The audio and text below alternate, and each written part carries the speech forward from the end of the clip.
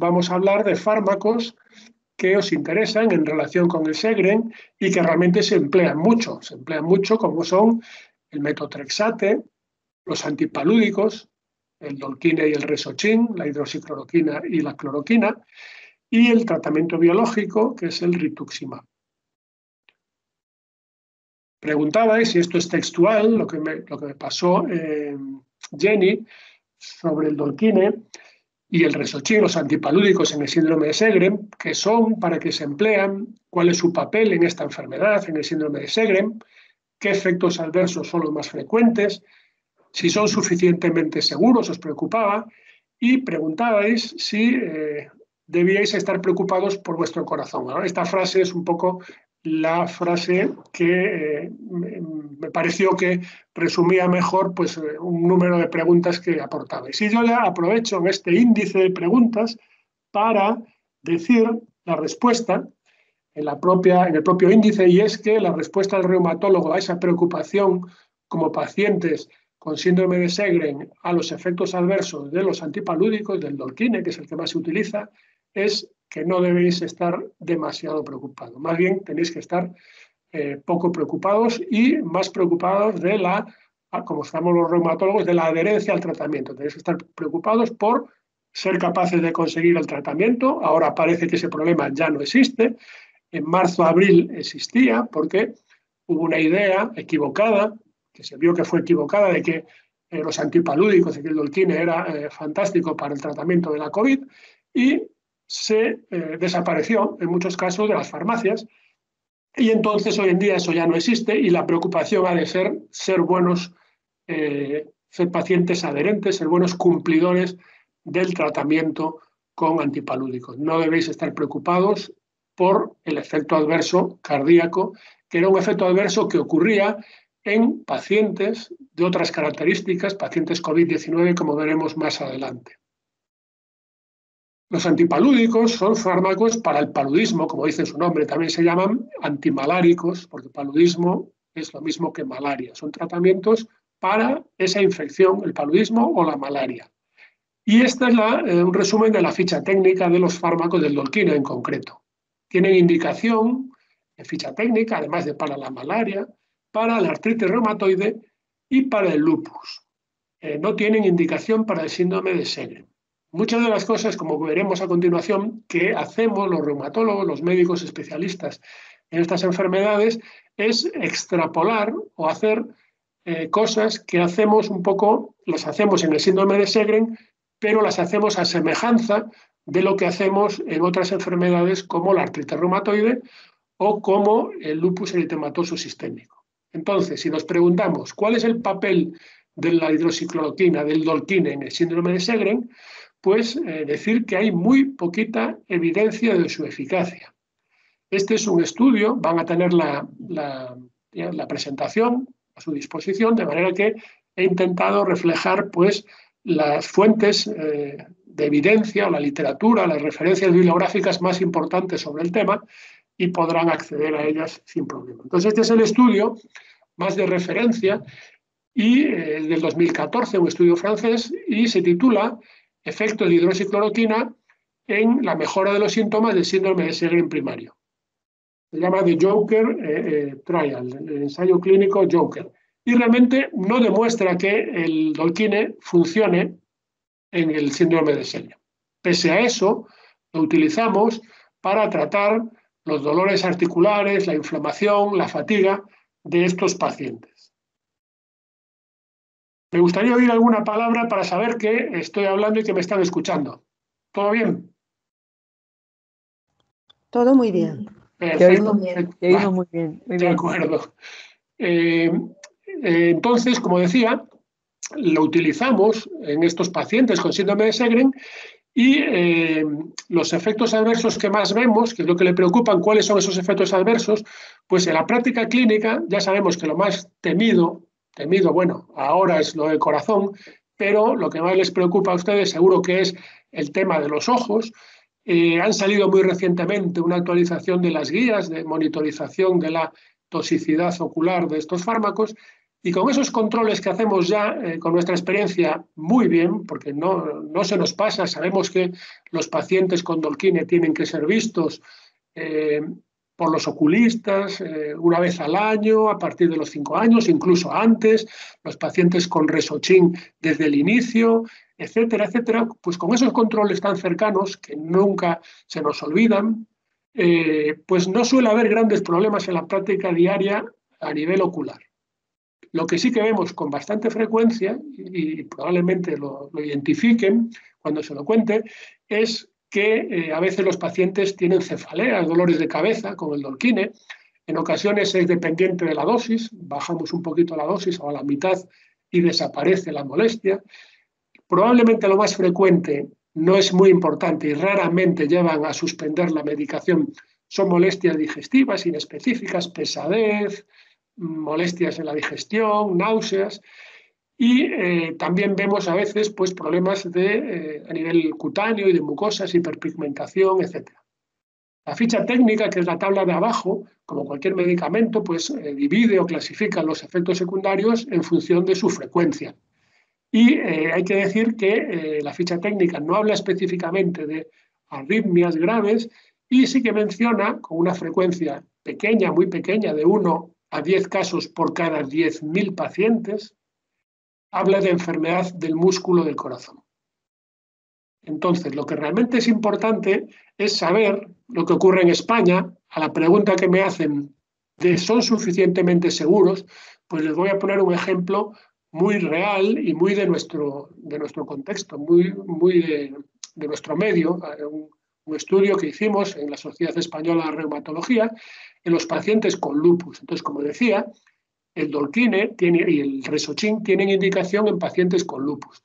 Y en España tenemos un registro de pacientes con lupus que se llama RELESER, y aproximadamente en 4.000 pacientes que cumplen 4 criterios de lupus, 3.700 pacientes más o menos, pues se usaba casi en 3.000 antipalúdicos. En algún momento, a lo largo de una media de unos 10 años, el 80%, 8 de cada 10 pacientes, habían recibido antipalúdicos. Y solamente, aquí abajo lo tienen, 13%, o sea, 1 de cada 8 aproximadamente, en una media de seguimiento de 10 años, habían tenido que suspender el antipalúdico por efectos secundarios. Normalmente eran efectos secundarios no graves.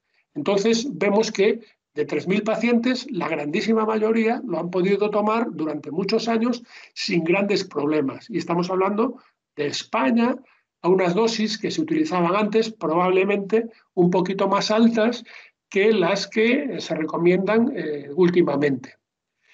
¿Y qué ocurre en España en el síndrome de Sjögren? Pues tenemos algunos datos también. En la Sociedad Española de Reumatología, también interesada en el síndrome de Sjögren, pues desarrolló el estudio, el registro Sjögren-SER, que es un registro de pacientes españoles, seguidos en servicios de reumatología españoles, con esta enfermedad.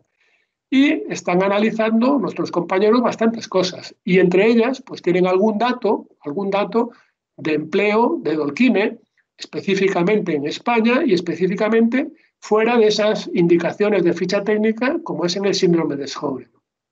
Este estudio es un estudio prospectivo de recogida de datos de pacientes. Se entrevistaron a los pacientes, se les recogió datos y se incluyeron casi 500 pacientes. El 95% de ellos eran mujeres, de lo que hablábamos antes, y una mediana de edad de 58 años. Y vieron nuestros compañeros de Sjögren-SER que uno de cada dos pacientes de este registro de pacientes con Sjögren, en algún momento, o en la actualidad, o en algún momento, habían recibido antipalúdicos, normalmente Dolquine. Y sobre todo se veía que estos antipalúdicos se utilizaban para tratar problemas articulares, de dolor articular, artritis, pero sobre todo dolores articulares. La siguiente pregunta, que ya la respondí en la primera diapositiva, es que si usted tiene un síndrome de Sjögren y está en tratamiento con Dolquine, pues no tiene por qué estar preocupado en exceso ni demasiado preocupado por sus efectos adversos a nivel del corazón. ¿Por qué? Pues lo vamos a ver ahora. No es una frase alegre sin ninguna justificación. Este es un gráfico muy bonito del empleo a favor o en contra de los antipalúdicos en la COVID.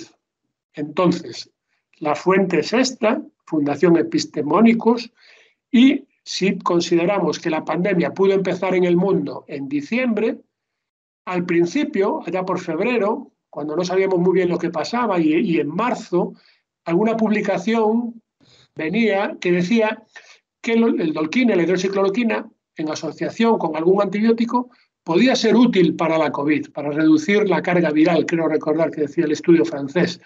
Pero, claro, en aquel momento no sabíamos nada, cualquier cosa era bienvenida, y se empezó a utilizar, evidentemente, no cabía hacer otra cosa, eran muy poquitos pacientes, metodológicamente era un estudio que se criticó muchísimo, pero no quedaba otra cosa que hacer lo que decía aquel estudio, que decía que los antipalúdicos podían ser favorables o efectivos para la COVID. Posteriormente, son estas líneas rojas, abril, mayo, ya empezaron a aparecer estudios más amplios, con un poquito más de experiencia, más pacientes, y no hubo ningún estudio que concluyera que los antipalúdicos funcionaban claramente para el tratamiento de la COVID. De manera que fue esta época cuando nuestros pacientes con Sjögren, con lupus, encontraron falta en sus farmacias, en ocasiones, de este medicamento, porque todo el mundo quería tener en su casa hidroxicloroquina o antipalúdicos. De manera que se utilizó mucho la hidroxicloroquina, sobre todo en el tratamiento de la COVID en aquellos meses. Esta es la ficha técnica, las dosis que se utiliza para tratar la malaria. Entonces, para que se pongan en situación, seguro que ya lo saben, los que lo toman, Dolquine, hidroxicloroquina, son comprimidos de 200 miligramos, lo habitual, y algunos pacientes, en función del peso, podrían estar tomando 2 comprimidos, pero probablemente la mayoría de los pacientes que lo toman pues están tomando 1 o 1,5 al día, ¿vale? Que son 300 miligramos o 200 miligramos. Entonces, vemos que en la malaria se utilizan, hablemos en comprimidos, pues esto dice la ficha técnica, una dosis máxima total de 2 gramos, es decir, de 10 comprimidos en 2 días, siguiendo esta pauta. Primera dosis de 4 comprimidos, después 2 comprimidos 6 horas. Estamos hablando de dosis muchísimo más altas de las que se emplean en el lupus o en el Sjögren. ¿Y qué ocurre? Pues que en la COVID se utilizaban como poco 2 y 3 comprimidos al día, pero algunas pautas utilizaban hasta 4, los primeros días, 4 o 6 comprimidos al día. Que esta no es la dosis que se utiliza en el lupus ni en el Sjögren. De manera que allá por abril, y se actualizó en mayo, la Agencia Española de Medicamentos y Productos Sanitarios pues publicó esta nota de seguridad que ponía un poquito en alerta, o en vigilancia, precauciones de posibles efectos adversos cardíacos en pacientes con COVID-19 tratados con hidroxicloroquina. Que esos pacientes, y esto lo intento representar en esta imagen, y por eso quiero decir que no deben estar preocupados en exceso por los efectos cardíacos adversos del Dolquine, pues eran pacientes muy distintos a los pacientes o las pacientes como ustedes o como las pacientes con lupus. Pues eran tratamientos que se utilizaban, el Dolquine en los pacientes con COVID, con otros fármacos, a veces asociados, que también eran malos, por decirlo así, para el corazón. Tenían el mismo efecto adverso que el Dolquine, la prolongación del intervalo QT.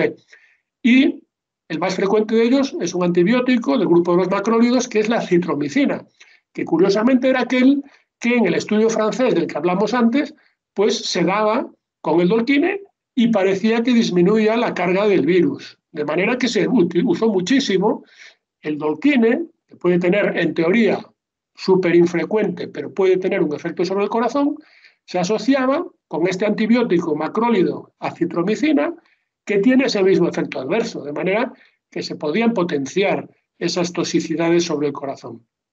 Y además, no solo eso, sino que, como decía antes, se utilizaban dosis muy altas mantenidas de hidroxicloroquina. Y además podemos añadir que el propio virus, el coronavirus, puede tener un efecto negativo sobre los corazones de los pacientes infectados. Entonces, esto no ocurre en el síndrome de Sjögren. En primer lugar, la afectación cardíaca primaria por el síndrome de Sjögren es muy poco frecuente.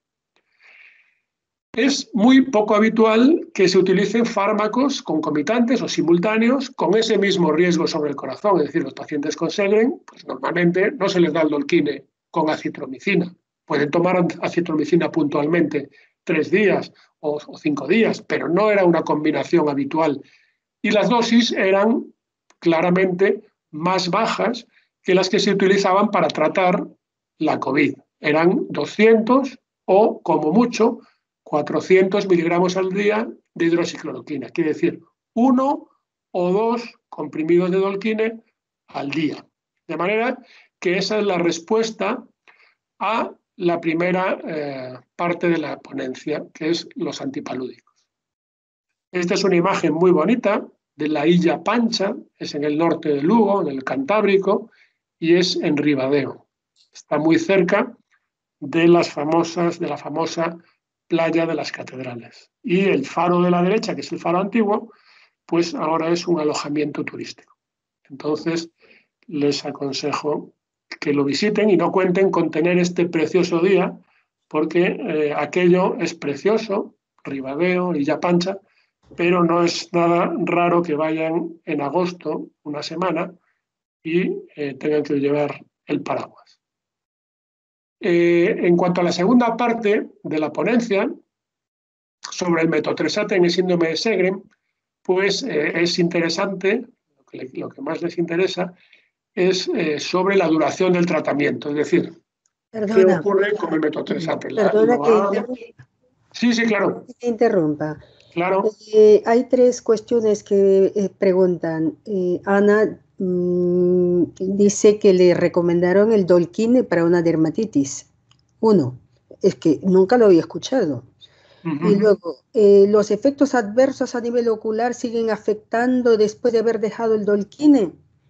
Y la tercera pregunta es, a ver, yo le comenté al reumatólogo que podía dejar de tomar Dolquine y me dijo que era, madre mía, para prevenir, porque su cuerpo, para que la enfermedad no le alcance a otros órganos. ¿Qué opinas sobre eso? Vale, muy bien. Entonces, dermatitis, vamos a ver, dermatitis significa pues alguna erupción, una lesión cutánea, ¿no? Eso es. Entonces, entiendo que, vamos a ver, lo que decía al principio, se utiliza el Dolquine sin que haya una clara evidencia, sin que haya pruebas importantes de que funciona igual de bien, por ejemplo, que funciona en el lupus. No quiere decir que no funcione. Tenemos la impresión de que funciona en el síndrome de Sjögren, pero las pruebas que tenemos en número de estudios o de ensayos o de referencias bibliográficas que nos permitan comprobar cómo funciona son muy pocas. De manera que no hay pruebas de que funcione para una dermatitis del Sjögren, pero si creemos que esa dermatitis, lo primero de todo es asociar esa dermatitis al Sjögren. A veces el Sjögren y el lupus, como saben muy bien, se solapan. A veces hay síndromes que son muy parecidos, son síndromes de solapamiento, en el que una paciente con Sjögren primario dentro de unos años a lo mejor resulta que le diagnosticamos de lupus, y un paciente que al principio nos parece que es un lupus, pues evoluciona y evoluciona a un síndrome de Sjögren, y otras veces son síndromes que giran en torno, por ejemplo, al anticuerpo anti-Ro, y son lesiones cutáneas, con fotosensibilidad, con sequedad, de manera que sí que puede ocurrir que las lesiones cutáneas sean el experto, porque para eso hay que afinar y hay que tener experiencia en ver estos pacientes, pues considere que esa lesión cutánea tenga que ver con el síndrome de Sjögren. Y tiene sentido tratarla con Dolquine. Y por experiencia, Diré que cabe esperar que la piel mejore con ese tratamiento.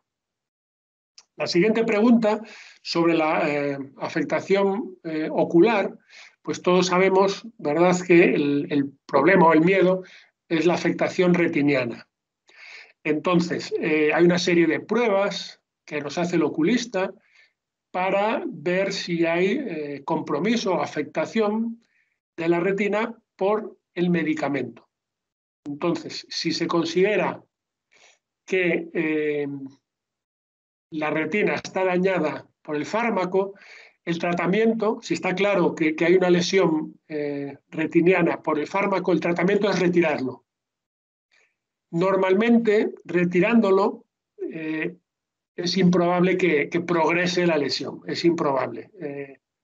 Lo mejor es suspenderlo y es improbable que progrese una vez suspendido.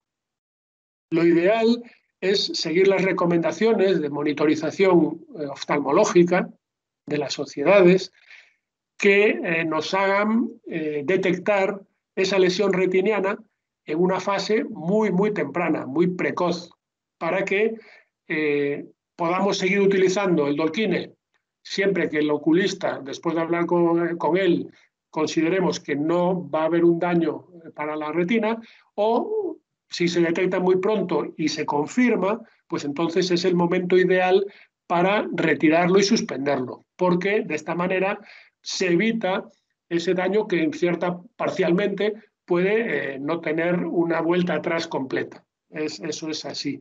Entonces, la recomendación salió hace muy poquito, me parece que salió esta semana, una actualización de las guías de monitorización oftalmológica y dice que, en general, dice que el Dolquine, no el Resochine, el Dolquine, pues en ausencia de alto riesgo de pacientes con riesgo de toxicidad ocular, pues es suficiente con hacer la primera revisión a los 5 años y después anualmente, en ausencia de riesgo. Quiere decir, pacientes que no tienen otros fármacos, que produzcan daño a la retina, que no tengan una enfermedad renal que perjudique, que no estén con otros tratamientos que sean tóxicos para la retina, etc.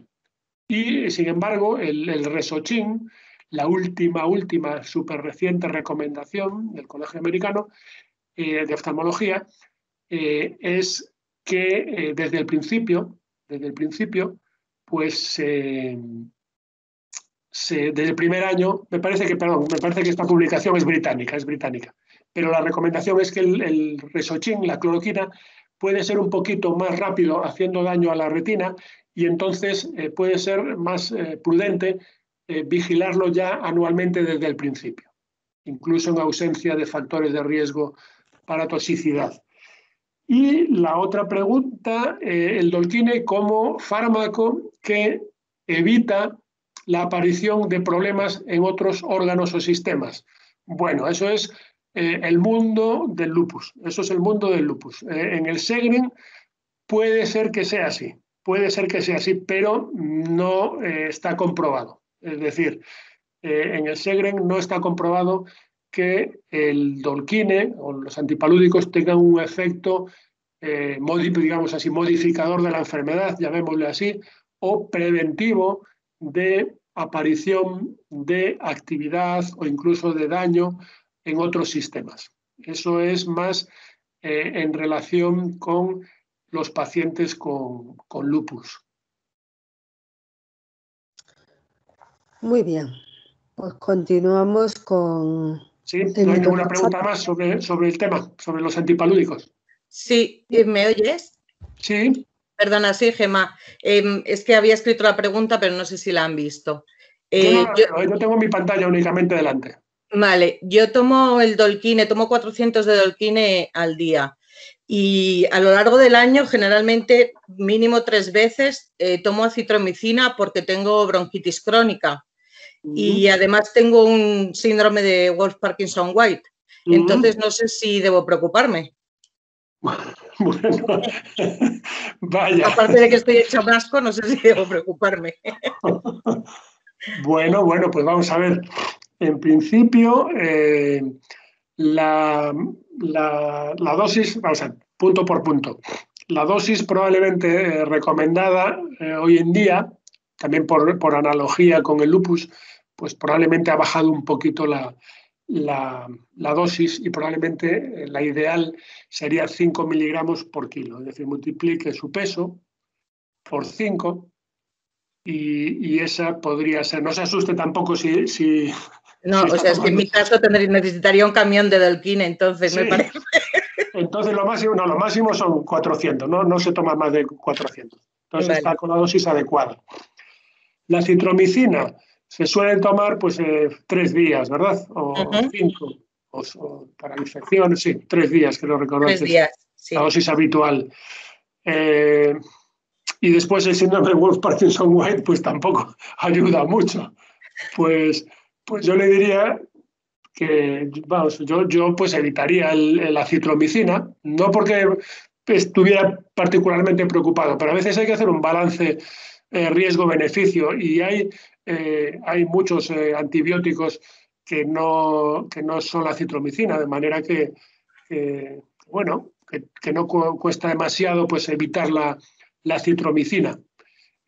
No quiere decir que, y después 3 veces al año me caches en la mar, es que eso es, parece que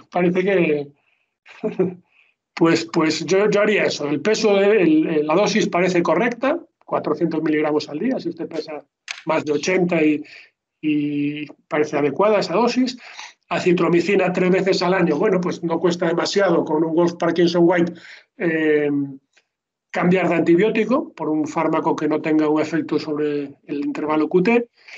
Y fuera de eso, pues entiendo que con los seguimientos adecuados por cardiología y el conocimiento del cardiólogo que seguro que tiene de ese potencial efecto adverso de la hidroxicloroquina sobre el corazón, pues entiendo que con esa monitorización por el cardiólogo y usando la dosis correcta de hidroxicloroquina y evitando la citromicina, pues probablemente sea la mejor actitud a seguir. También es cierto que, como hacemos en el lupus, pues hay que poner en una balanza el riesgo-beneficio del Dolquine. Es decir, si usted me dice, no, es que el Dolquine he notado que me va muy bien para mis artralgias, para mis síntomas articulares, para mi cansancio y que incluso me mejora un poco la sequedad, pues le diría lo que le estoy diciendo.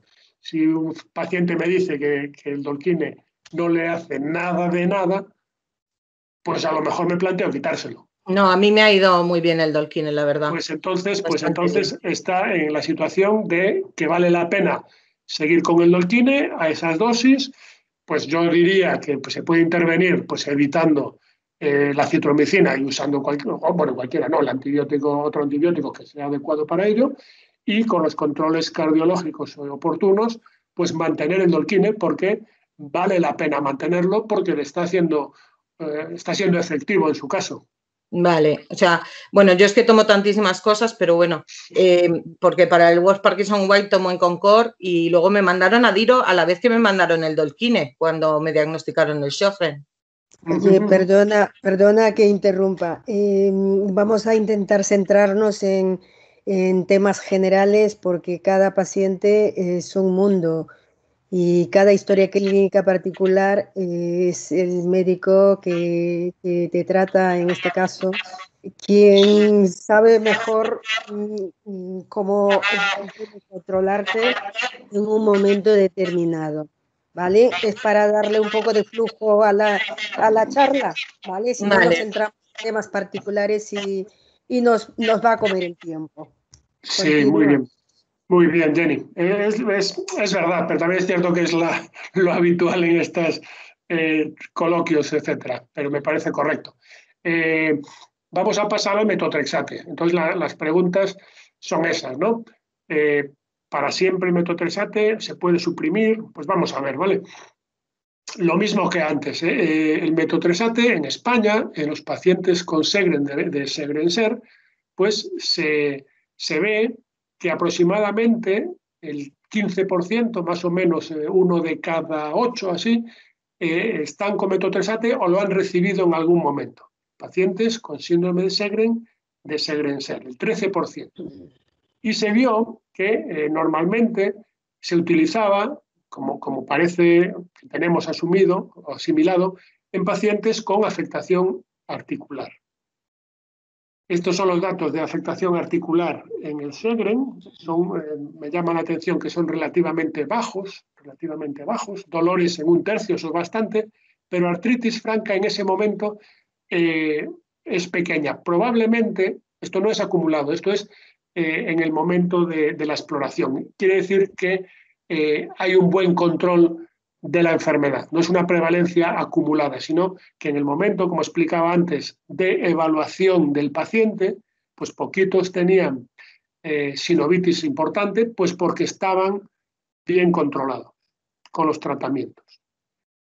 Esto es algo parecido, no hay mucha evidencia de que el metotrexate funcione en el síndrome de Sjögren. De hecho, pues estos son estudios, uno de ellos del año 96, de hace 25 años, y se veía que el metotrexate funcionaba en poquitos pacientes, incluso a nivel de la sequedad de mucosas, y este es más reciente, me parece que es del año 2019, retrospectivo, y nos dice que hay medicamentos que funcionan, es un estudio francés, que funcionan para la artritis de los pacientes con síndrome de Sjögren.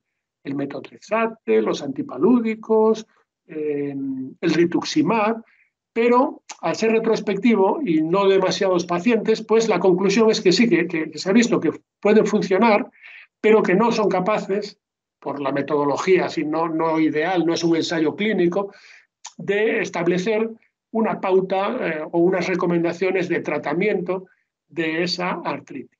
Entonces, como ocurre, como decía previamente, pues pasa algo parecido. Tenemos que extrapolar la información que tenemos de otras artritis, en especial la artritis reumatoide. También saben que un porcentaje considerable de artritis reumatoides pues cursan con un síndrome seco, con el síndrome de Sjögren secundario. Entonces, ¿cuál es la experiencia clínica de los reumatólogos en el empleo del metotrexate en el contexto de síndrome de Sjögren o, sobre todo, en el contexto de artritis reumatoide, que es donde más lo utilizamos? Pues normalmente lo empezamos a dosis bajas, 7,5 a 10 miligramos a la semana, lo podemos dar en pastillas, normalmente un día a la semana, son 3 o 4 pastillas a la semana en este caso de inicio, o bien pinchado. A veces preferimos dar una inyección semanal, subcutánea o intramuscular, y cada mes la recomendación es ir subiendo poquito a poquito cada mes. Es decir, si 10 miligramos a la semana al cabo de un mes no funcionan, subir a 15 miligramos, al mes siguiente si es necesario a 20, a 25, muy raramente llegamos a 30. Normalmente el tope, por decirlo así, nos quedamos en 25 miligramos a la semana. Esto es en artritis reumatoide, que a veces hay síndrome de Sjögren. Y probablemente haríamos lo mismo, hacemos lo mismo en pacientes con afectación articular o con artritis, en pacientes con Sjögren primario. La exigencia, siempre hay que hacer controles analíticos periódicos, más o menos mensuales al principio, y después, como realmente es un medicamento bastante seguro, es raro una toxicidad importante cuando se hacen estos controles y además es reversible, se detecta el problema hepático o el problema hematológico, se suspende un poquito, se baja la dosis, se suspende unas semanas y se recupera todo y se reinicia una dosis más baja y no suele haber problemas. Es un medicamento con el cual nos encontramos muy cómodos los reumatólogos porque tenemos cientos de pacientes cada reumatólogo con este tratamiento y sabemos muy bien cómo manejarlos. Y es muy importante evitar el embarazo en mujeres en edad fértil cuando están con metotrexate. Si se controla la enfermedad, se le recomienda retirarlo normalmente 2-3 meses, preferimos 3 meses, y la paciente a los 3 meses de retirar el metotrexate, si desea un embarazo, puede intentar un embarazo. Y, como siempre, pues esos pacientes tienen que recibir la vacuna de la gripe y del neumococo. Entonces, la respuesta a la pregunta de si es para toda la vida o se puede ir suprimiendo, pues en el síndrome de Sjögren no tenemos datos para contestarlo, pero en la artritis reumatoide, esto es un artículo que recuerdo yo cuando salió, es del 96, y lo que hace este estudio es pacientes con artritis reumatoide y metotrexate semanal que se encuentran bien, pues pasarlo a cada 2 semanas. Estos son muchas cifras y se ve que hay un porcentaje de pacientes, la mitad de los pacientes, que cuando se pasa a cada 2 semanas, pues están 6 meses, se estudian 6 meses y se ve que no tienen ningún problema, por decirlo así. De manera que la conclusión de este estudio es que algunos pacientes con artritis reumatoide, y probablemente, añado yo, posiblemente también ocurriría lo mismo en pacientes con Sjögren, cuando están bien de su artritis durante una temporada larga, yo pondría un mínimo de 12 meses, pues ese metotrexate semanal se puede intentar poner cada 2 semanas y no va a tener problemas, pues en este caso, artritis reumatoide, 1 de cada 2 pacientes no va a tener problemas. En la práctica diaria, este es el estudio, en la práctica diaria lo que hacemos con mucha frecuencia pues es esto mismo, incluso con un paso previo de pasar el metotrexate en vez de cada semana a cada 10 días, en vez de disminuir la dosis y mantener la pauta semanal, probablemente por comodidad para el paciente, pues se ha preferido pasarlo a la misma dosis cada 10 días y si al cabo, digamos, de 6 meses o 12 meses el paciente está estupendo de su artritis, pues un poco más allá, cada 2 semanas, como veíamos que hacían en este estudio, y posiblemente, y aquí ya no hay evidencia ninguna, pues probablemente el siguiente paso sería espaciarlo un poquito más y pensar en retirarlo. La respuesta en este caso es que no tenemos evidencia, soporte claro e importante, que nos diga qué hay que hacer con el metotrexate en pacientes con el Sjögren, que nos basamos en la experiencia de otras enfermedades como la artritis reumatoide, que de entrada nada es para toda la vida, que vamos a hacer lo mismo que hacíamos en la AR, iniciar poco a poco e ir escalando, y tras fases de remisión prolongada, 12 meses, que el paciente esté muy bien, pues volver para atrás, desescalar, que esta palabra está tan de moda ahora, y pensar incluso en una posible retirada. No debería haber problema alguno en si una vez retirada, pues, al momento o al cabo de unos meses o varios años recidiva o repite la artritis, volver al inicio. Pasamos a la tercera pregunta en cuestión sobre el rituximab y les muestro esta foto maravillosa de las Islas Cíes. Las Islas Cíes, pues hace unos años fue declarada por el periódico inglés The Guardian la playa de Rodas como la playa mejor de todo el mundo. Y esta es la vista desde Playa América. Ese que está haciendo para el surf no soy yo. La tercera pregunta es el rituximab en el síndrome de Sjögren.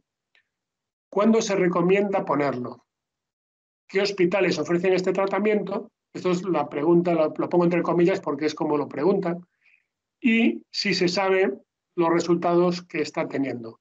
Antes de pasar a esta pregunta, Jenny, yo digo que tengo la pantalla entera con mi presentación, no veo las preguntas del chat. ¿Alguna pregunta sobre el metotrexate? No. Yo creo que está todo... Perfecto. No hay más que las que ya hemos hecho, a no ser que alguien del público tenga alguien. Perdona, Jenny, soy Ana. Si me cedes la palabra. Sí, por favor. Vale. Bueno, es que tengo que decirlo, lo siento. Yo el viernes me voy a Ribadeo, que soy de allí. No, y ahora ya puedo hacer la pregunta al metotrexato. Vale, no. Es que, a ver, yo estuve tomando el metotrexate, lo que pasa que, claro, yo, además de Sjögren, tengo otro regalo, tengo síndrome antisintetasa. Entonces, el metotrexate me lo tuvieron que retirar porque tuve una menorrea. Entonces, un día en una charla que teníamos también de la asociación, otra chica comentó que también tenía ese problema y que se lo iba a comentar a su reumatólogo y que ella estaba tomando metotrexate. Y no sé si es algo común, no sé si es un efecto secundario común o como yo tengo todo lo raro, también tengo los efectos secundarios raros. Sí, metotrexate con cierta frecuencia se ve amenorrea o más frecuentemente lo que se llama dismenorrea, alguna irregularidad, más que desaparezca la regla. Estamos hablando de una paciente que no está en perimenopausia, quiere decir que Si está No, yo tenía 34 años eso cuando es, lo pues estaba con 34 años, tomando. con 34 años no es muy frecuente la amenorrea, puede ocurrir, no es rarísimo, pero es más frecuente pues que las reglas, pues si eran regulares, pues empiecen a tener cierta irregularidad, pero sobre todo a dosis más altas de 20-25 podría ocurrir. Normalmente suele Bueno, ser yo tomaba reversible. 6 pastillas al día y al día siguiente ácido fólico. 15 miligramos, sí, sí. Puede ocurrir, no es muy frecuente, ¿eh? No es muy frecuente y suele ser reversible. Reversible. Sí. En cuanto dejé el metotrexato, se normalizó todo. Sí, sí, sí, sí. Vale, No pues es ya muy está. frecuente, no es muy frecuente, pero a veces Nada, es lo que yo vemos. cojo todo lo raro, pero bueno, en este... Sí, sobre el síndrome antisintetasa es una enfermedad pulmonar y muscular y en general, aunque uno de los efectos adversos del metotrexate es teórico, es a nivel pulmonar, Sí, ahora mismo, antes se tendía a evitar el metotrexate cuando había algún problema respiratorio y ahora mismo cada vez hay más evidencia de que no es que el metotrexate puede ser útil incluso para tratamiento de enfermedades pulmonares inmunomediadas, es decir, que a veces incluso conviene, no hay que retirarlo porque puede ayudar a mejorar el tema pulmonar inflamatorio, siempre que se claro, es descarte, que yo luego lógica. sí que tuve una NINE y sí que me pusieron rituximab y me lo cortó todo. Perfecto, perfecto, sí, sí, sí. Claro, y entonces no me lo han me lo han puesto una vez nada más, que son 2 dosis cada 15 días Exacto. y ya está. Y Exacto. ya, y me callo porque si no me va a reñir Jenny, que no quiere acaparar la conversación sobre síndrome antisintetasa, aunque seamos 2 en el foro con síndrome antisintetasa. Bueno, pero una de Ribadeo, ¿no? O Y más. una de Ribadeo. Pues ya verán la última foto de la presentación. Esa, como me diga alguien, yo soy de allí, vamos, me cae una lágrima. Madre mía, venga, pues ya está, ya no hablo más. Jenny, ¿puedo preguntar al Gracias. doctor? Jenny, ¿Alguna otra intervención sí, sobre Jenny, metotrexato? Sí, yo quisiera Jenny, soy preguntar también. Amalia. Adelante, Amalia, habla. Sí, hola, buenas tardes. Mi pregunta también es sobre el metotrexate. Yo llevo muchísimos años, desde el año 2000, tomándole. Tomo 8 pastillas semanales y luego el Ladfol. Mi pregunta se lo había hecho antes a Jenny, que lo pusieran ahí, que si toda la vida tenía que estar. Me acaba usted de decir ahora una cosa muy importante para mí. Yo tengo bronquiestasias porque ya tengo afectado el pulmón. Entonces, ¿conviene que siga tomando metotrexate en esa cantidad o mejor bajarlo un poquito? Eso es un poquito lo que le decía antes Jenny, que para que podamos responder personas que no nos conocemos la historia completa, pues es un poco arriesgado. Hay un programa en la radio en Galicia que hacen esto y yo cuando lo escucho me pongo malo. Es decir, cómo alguien es capaz a través de la radio de dar una opinión y decirle a un paciente qué es lo que tiene que hacer. Entonces esto es algo parecido.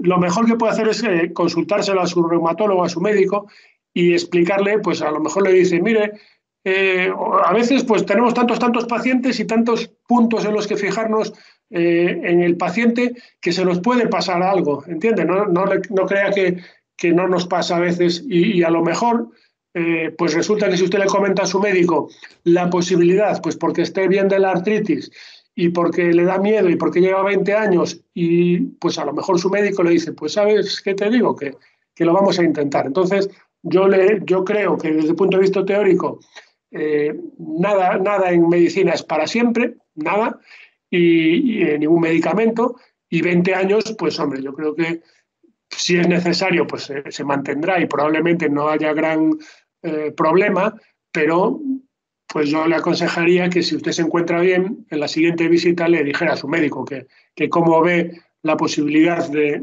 poquito a poquito bajar la dosis. Vale, muchísimas gracias, ¿eh? Bueno, Jenny, ¿alguna otra quería intervención preguntar. más? Mira, buenas tardes, soy Luisa y quisiera preguntarle al doctor qué diferencia hay de que el metotrexate sea en pastillas o inyecciones. Pues hay poca diferencia, las dosis son prácticamente equivalentes. Si un paciente toma una inyección de 15, pues casi con total seguridad la dosis que necesita pues, oral será la misma, 15 miligramos, 6 pastillas. Y básicamente a veces hay cierta diferencia en la tolerancia, pero fundamentalmente yo creo que la mayor diferencia es la comodidad para el paciente. Hay pacientes que prefieren pues, ponerse una inyección, otros prefieren tomar pastillas. La pena es que en España no hay pastillas de más cantidad que 2,5. Yo sé que en otros países hay pastillas de más cantidad. Entonces, bueno, pues tomarse un día a la semana, pues 25, imagínense, son 10 pastillas, pues es un poco engorroso. Hay pacientes, a veces, imagínense que 10 pastillas, pues a veces las fraccionamos, en vez de tomarlas todas en una toma diaria, pues a veces les recomendamos que tomen pues 4 y 4, desayuno y cena, o a veces si son 10, pues 5 y 5, o incluso, ¿sabes? Entonces, depende sobre todo, yo en la práctica veo que el mayor punto que inclina hacia una u otra posología es el gusto del paciente, probablemente, o la preferencia del paciente, diría. Sí, pero no tiene ni es más contraindicado por el estómago ni por nada al tomar pastillas a la inyección. Mucho más cómodo Claro, hay veces que los pacientes, pues es un poco variable. A veces el pinchazo pues les da más efectos secundarios, les marea, tiene un malestar general, es digestivo. Eh, Eso suele ser un poco... eh, yo creo que cada paciente hay que individualizarlo y si tiene una molestia en relación con una de las posologías, pues intentar probar la otra y ver cuál es mejor, ¿sabes? En Sí, yo principio, cuando sí, le he sí. comentado a mi reumatóloga, pues me Mm. dice que siempre se asimila mejor el inyectado. Sí, Pero claro, hablamos de asimilación, sí. En términos de asimilación, eso es verdad. De hecho, aunque le decía antes que las dosis son equiparables, puede haber una cierta consideración de que a lo mejor vía oral, pues una pastillita más, podemos pensar que una pastillita más va a ser realmente equivalente. ¿Entiende lo que le digo? Que efectivamente eh, disponibilidad, la biodisponibilidad, el paso de medicamento a nivel sistémico es posible, sí, que sea un poquito mayor a nivel parenteral pero no hablamos de efectos secundarios, hablamos de biodisponibilidad. sí, sí. Vale, pues muchas gracias, doctor. ¿Verdad? Vamos un poco justos con el tiempo Muy y bien. vamos a continuar con rituximab. Muy bien. Entonces, estas eran las preguntas. Y también vamos a ver que en Segrenser, de aproximadamente 450 pacientes casi, pues 31, un 7%, pues recibieron rituximab o en ese momento o, o en algún momento de la evolución del síndrome de Sjögren. Hay bastantes estudios, voy a pasar un poquito rápido por ellos, pero les van a quedar en la presentación. Algunos de ellos son estudios de cohortes abiertos, con pocos pacientes normalmente, y hay alguno que es ensayo clínico, los últimos, que también pasaré rápido por ellos porque si no nos eternizaríamos, que demuestran en la mayoría de los casos, en varios de los casos, que funciona en el síndrome de Sjögren, pero no en todos, no en todos. Entonces, Perdona que haga un inciso, ¿eh? Yo tengo la prisa, no por nosotros estamos encantados de escuchar, ¿eh? Es nada, nada, por su tiempo. no se preocupe, no se preocupe. No hay problema. Entonces, este es un estudio de 15 pacientes. Se valora que el rituximab normalmente se da 1 gramo, como decían antes, y se repite a los 15 días. Esa es una pauta común. A veces se repite de nuevo a los 6 meses esa pauta. Y entonces este estudio, pequeñito, 15 pacientes, pues dice que el rituximab es efectivo en el tratamiento del Sjögren primario, sobre todo, en este caso, de los síntomas de sequedad. Este es otro estudio pequeño, francés, pocos pacientes, 16, es un estudio de cohortes y también pues a la hora de medir sobre todo fatiga y sequedad, también puntos dolorosos y algunos parámetros de calidad de vida, pues nos dice que funciona y que mejora a los pacientes en sequedad, fatiga, puntos dolorosos, etcétera, etcétera. O sea, que este es un estudio también de cohortes, 16 pacientes, no son muchos, y habla a favor de la utilidad del rituximab. Este es otro que evalúa más bien, son 12 pacientes, son poquitos, es un estudio de cohortes, no son muchos pacientes y sobre todo intenta más que ver la efectividad del fármaco, intenta ver que se tolera bien. Y entonces son pacientes con síndrome de Sjögren primario, todos ellos, y ven que no hay efectos adversos inesperados, que el perfil de toxicidad o de seguridad es el conocido, y este ya dice que a pesar de que las células B, los linfocitos B, desaparecen gracias al rituximab, el beneficio clínico no es mucho, es modesto en términos de fatiga y sequedad. Pero sin embargo, cuando se mide objetivamente, no encuentran ese beneficio. No quiere decir probablemente que no funcione. Probablemente nos encontramos en una fase de intentar llegar al diseño adecuado, perfecto, de los ensayos o de los estudios en síndrome de Sjögren. O sea, de manera que hemos visto que hay evidencia de su funcionamiento. Este es un estudio prospectivo, multicéntrico, con un seguimiento y son 41 pacientes, bueno, ya es un número un poco mayor, son pacientes con síndrome de Sjögren primario, temprano, activo, medido con el SDAI, y compara un poco rituximab frente a otros fármacos tipo metotrexate, micofenolato, etc. Y un seguimiento aproximadamente de 120 semanas. Valora una serie de variables, de actividad, de dolor, de sequedad, etc.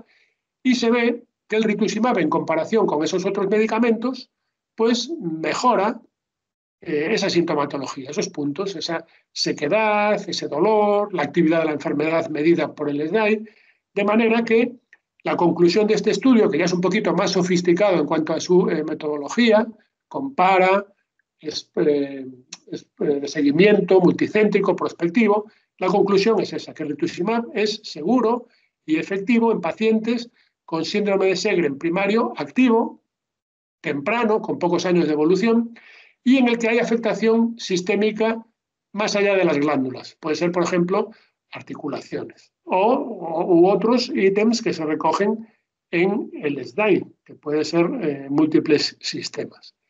Y entramos ya a valorar 4 ensayos clínicos, ya son los siguientes 4 ensayos de los que voy a hablar rápidamente, son randomizados, o sea, aleatorizados, al azar el paciente se le manda al grupo rituximab o se le manda al grupo placebo, doble ciego, es decir, que ni el paciente, ni el evaluador, ni el médico sabe en qué grupo está, y controlado con placebo.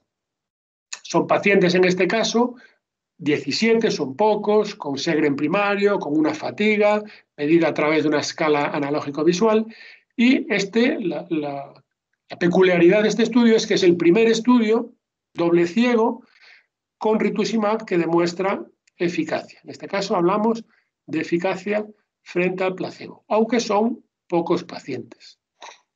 Este confirma, es un mismo diseño, es un diseño más sofisticado, doble ciego, controlado con placebo, aleatorizado, son 30 pacientes, se compara esta pauta de rituximab, 1 gramo repetido a los 15 días frente a placebo, se continúa seguimiento en 1 año aproximadamente, se mide el flujo salivar y también se ve que el rituximab es efectivo, eficaz, en este caso eficaz y seguro en estos pacientes. Este es un estudio que ya empieza a crear alguna duda, en el sentido de que, bueno, son más pacientes, la variable que se mide es la mejoría en 2 de 4 escalas analógicas visual, de enfermedad, de dolor, de fatiga, de sequedad, es la misma pauta, rituximab 2 dosis frente a placebo, y aquí, en eso que se mide, pues no se ven diferencias en los 2 grupos. Aquí se ve que al cabo de 24 semanas no se ven diferencias entre el rituximab y el placebo, que sí que se veían un poquito antes, en la semana 12. Insisto, probablemente no quiere decir esto que no funcione. Ocurre como en el lupus, que hay ensayos con rituximab que nos han dicho que no funciona y probablemente sí que funcione. Digo probablemente porque no puedo decir con certeza porque en los ensayos no ha funcionado, pero en la práctica clínica diaria se utiliza mucho rituximab porque tenemos el convencimiento, los especialistas, que sí que funciona. Y yo creo que probablemente con algún otro cambio en la variable de estudio, pequeños análisis del ensayo en sí, probablemente se demostraría más eficacia que la que demuestra el ensayo, que una vez que se diseña no se puede cambiar, evidentemente. Pero para que veamos que dentro de un contexto de estudios en los que nos dice que sí que funciona, hay algunos estudios que no son capaces de demostrar que rituximab sea mejor que placebo, como este, que es el último que presento, que ocurre algo parecido, que cuando se mide una serie de variables sintomáticas, pues no se demuestra que haya diferencia con placebo, pero sí se demuestra, por ejemplo, que el flujo salivar en los pacientes tratados con rituximab pues es mayor.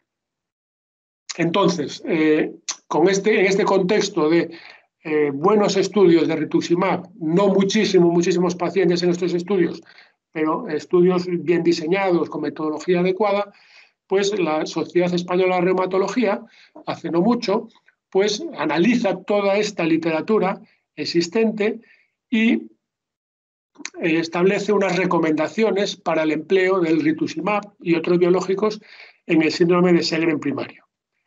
Y un poquito resumiendo, las conclusiones pues, son las siguientes. Primero, tener en cuenta que es el primer documento oficial de la SER con recomendaciones, muchas de ellas basadas en opinión de expertos sobre el uso de rituximab en estos pacientes. La metodología es la habitual en este tipo de revisiones sistemáticas y reconocen los compañeros que hay relativamente pocos estudios controlados, incluyen, por supuesto, estos que hemos visto y que, por tanto, pues muchas de las recomendaciones se basan en opiniones de expertos. El síndrome de Sjögren primario, concluyen, es una enfermedad compleja que afecta a distintos órganos, a distintos sistemas, es una enfermedad multisistémica que puede ser más o menos grave en cada paciente y esto hace que las decisiones terapéuticas en la práctica clínica diaria, es decir, lo que el médico especialista haga en cada momento, pues a veces son decisiones complejas y difíciles y basadas en la experiencia más que en un soporte literario, en el sentido de un soporte científico, en una evidencia, en unas pruebas archidemostradas de que es un fármaco o hay fármacos efectivos para el Sjögren.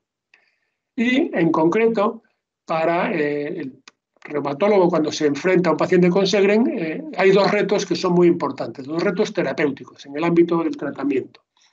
Queremos, como ustedes se pueden imaginar, preservar, mantener e incluso reponer, aumentar si es posible, la función de las glándulas, la producción o la secreción de lágrima y de saliva, en concreto, particularmente. Y por otra parte, el segundo reto es controlar, como veíamos antes, las manifestaciones extraglandulares, es decir, más allá de la sequedad. Pues qué ocurre en las articulaciones, qué ocurre en la piel, qué ocurre en el pulmón, en el sistema nervioso. Y ese es el segundo reto, el control de las manifestaciones sistémicas, no glandulares, del paciente, disminuyendo la inflamación a nivel de esos sistemas, recuperando su función y, si es posible, que la calidad de vida relacionada con la salud de nuestros pacientes pues mejoren. Y estas recomendaciones, ya estoy terminando, pues parten de eso, de la existencia de pocos datos concluyentes, como veíamos antes, sobre el efecto de ningún fármaco biológico sobre la función exocrina, y la recomendación sobre rituximab es que en pacientes seleccionados, probablemente aquellos que tengan una sintomatología importante glandular, es decir, una sequedad en los ojos muy importante o en la boca muy importante y que no funcionen los tratamientos convencionales, particularmente en aquellos con una enfermedad de inicio temprano, veíamos que en algunos casos se llama inicio temprano a menos de 10 años, podemos incluso pensar en un poco menos de inicio del tiempo de diagnóstico, y esos pacientes quizás tengan mayor reserva glandular, haya más glándulas que funcionen, y probablemente ese sea el paciente mejor candidato a la utilización de rituximab.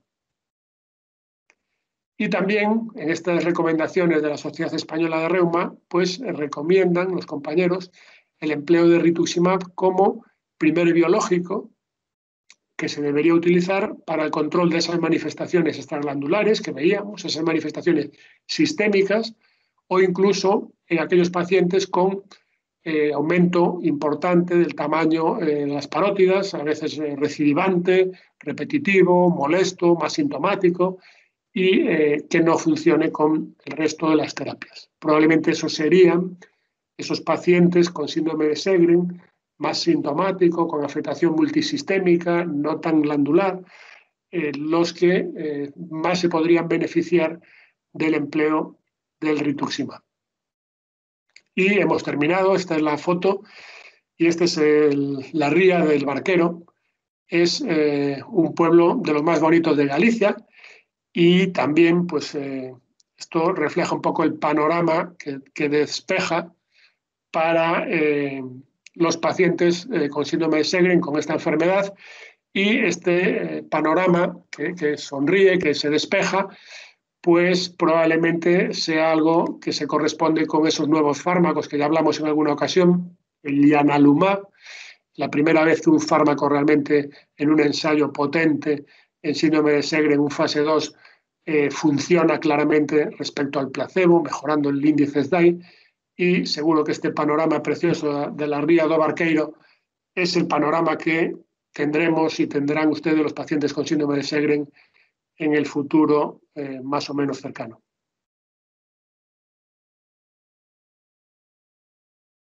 Si hay alguna pregunta sobre el rituximab, hasta el momento lo que hemos escuchado es que en los pacientes de larga duración tenemos poca esperanza, ¿no? Claro, bueno, vamos a ver, yo diferenciaría sobre el tratamiento de los síntomas glandulares y los tratamientos en pacientes con afectación sistémica.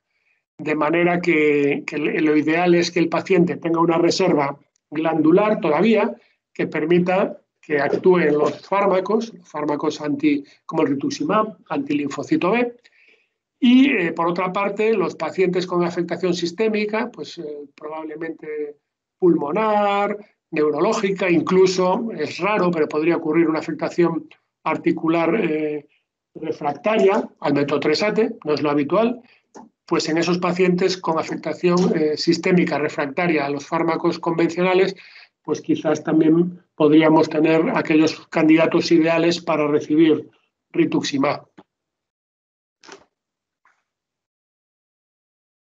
Yo, como siempre les digo, me gusta, bueno, pues tanto cuando hablo con pacientes con Sjögren o pacientes con lupus o con cualquier otra enfermedad de este tipo, pues me gusta transmitir un mensaje de optimismo y realmente la situación hoy en día, en términos de investigación clínica, investigación terapéutica, de investigación de fármacos, pues es muchísimo mejor que hace no tanto, que hace años, hace 5 años, y no hablemos de hace 10, 15 años.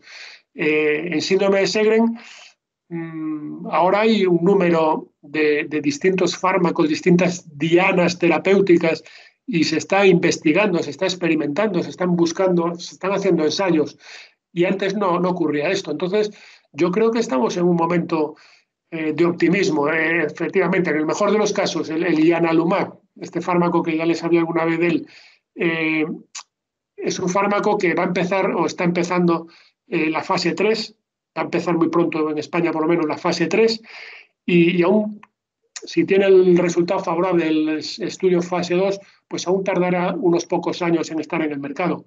Pero seamos optimistas, porque hay otros fármacos, otras moléculas orales que se están probando en estudios en síndrome de Sjögren, y esto no lo había hace pocos años. Entonces, seamos optimistas y confiemos en que pasará como pasó con la artritis reumatoide, que hubo un momento en que empezaron a llegar fármacos y se transforma en un antes y un después de la era de las terapias biológicas. Entonces, seamos optimistas. Que así sea, que así sea. Mira, una última pregunta que nos hace Vicenta. ¿Es preocupante un adenoma pleomorfo en las parótidas? Pues entiendo que si se ha hecho ese diagnóstico, pues eso es un tumor benigno y no creo que precise otra cosa que un seguimiento clínico y quizás ecográfico de imagen. Hoy en día contamos con medidas técnicas diagnósticas de seguimiento de imagen que se hacen a pie de la camilla, a pie de cama se dice, y realmente con un seguimiento clínico, analítico y de imagen ecográfico periódico no debería haber gran problema. Muy bien. Si hay alguna pregunta entre el público, que la formule, por favor.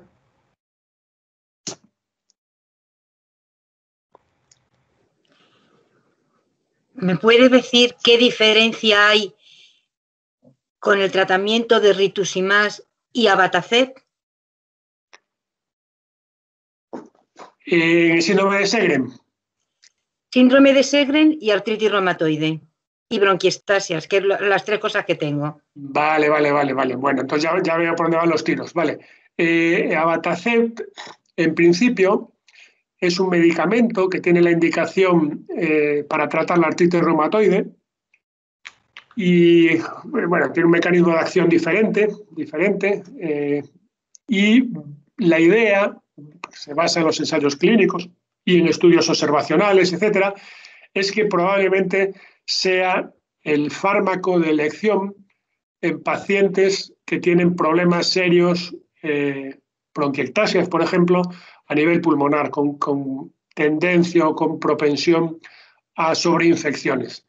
Entonces, probablemente esa es la clave, que preferimos utilizar el abatacept en pacientes normalmente con afectación articular. El abatacept se utilizaría en la artritis reumatoide para las articulaciones y en el Sjögren, pues probablemente en una fase un poco no sé cómo decirlo, de fracaso de otras terapias, podría, y de hecho las guías de la SER recomiendan su empleo en predominio en el Sjögren con afectación articular predominante refractaria. Entonces, teniendo en cuenta que se utilizaría el abatacept, el Orencia, si le suena más el nombre comercial, en artritis, buenos candidatos serían aquellos pacientes con artritis que tienen bronquiectasias o alguna patología pulmonar que les predisponga a tener infecciones respiratorias. Esa es la clave del abatacept. Muy bien. Pues si hay alguna otra pregunta y cerramos esta sesión. Sí, muchísimas gracias, soy Asun. La verdad es que ha estado interesantísimo. Quería preguntar si es normal que con metotrexato en pastillas es normal estar como 3 días pues de náuseas, mal, cansancio, pues quiero decir que si habría alguna mejora con la versión esta parenteral o si es normal o es que si el tratamiento realmente no me va. Tengo síndrome de Sjögren primario, tomo también otras medicaciones, entre ellas el Relvar. Muchísimas gracias. Muy amable. Sí, es un efecto adverso común, no es nada raro y a veces probablemente sea la causa más frecuente de interrupción del metotrexate. Sí, hay pacientes que esos 3 días no son 3 días, sino que es 1. Otros son 3 días, efectivamente. Damos ácido fólico y en ocasiones pues no alivia, no es suficiente para cortar esa sintomatología. Algunos pacientes tienen el truco de tomarlo el viernes porque llega el fin de semana y prefieren sufrir esos efectos adversos el fin de semana. Pero ya estamos hablando de una situación un poco deseable para el paciente, ¿no? Pensar en que el fin de semana va a tener los efectos adversos del metotrexate. Y en ocasiones, pues puede ocurrir también con la vía parenteral. Es un efecto que también ocurre con la vía parenteral y y en ocasiones, ya digo, que lleva a la suspensión del tratamiento. Y bueno, pues cuando realmente interfiere demasiado con la calidad de vida del paciente, pues yo creo que sí que es como para plantearse una alternativa. Muy bien, pues yo creo que con esto terminamos. Muchísimas gracias por una charla tan estupenda. Y bueno, en nombre de todas. Bueno, pues nada, encantado de haber estado con ustedes y cuenten conmigo para cualquier cosa que necesiten. Muchas gracias. Bueno, Muchas buenas noches. Gracias.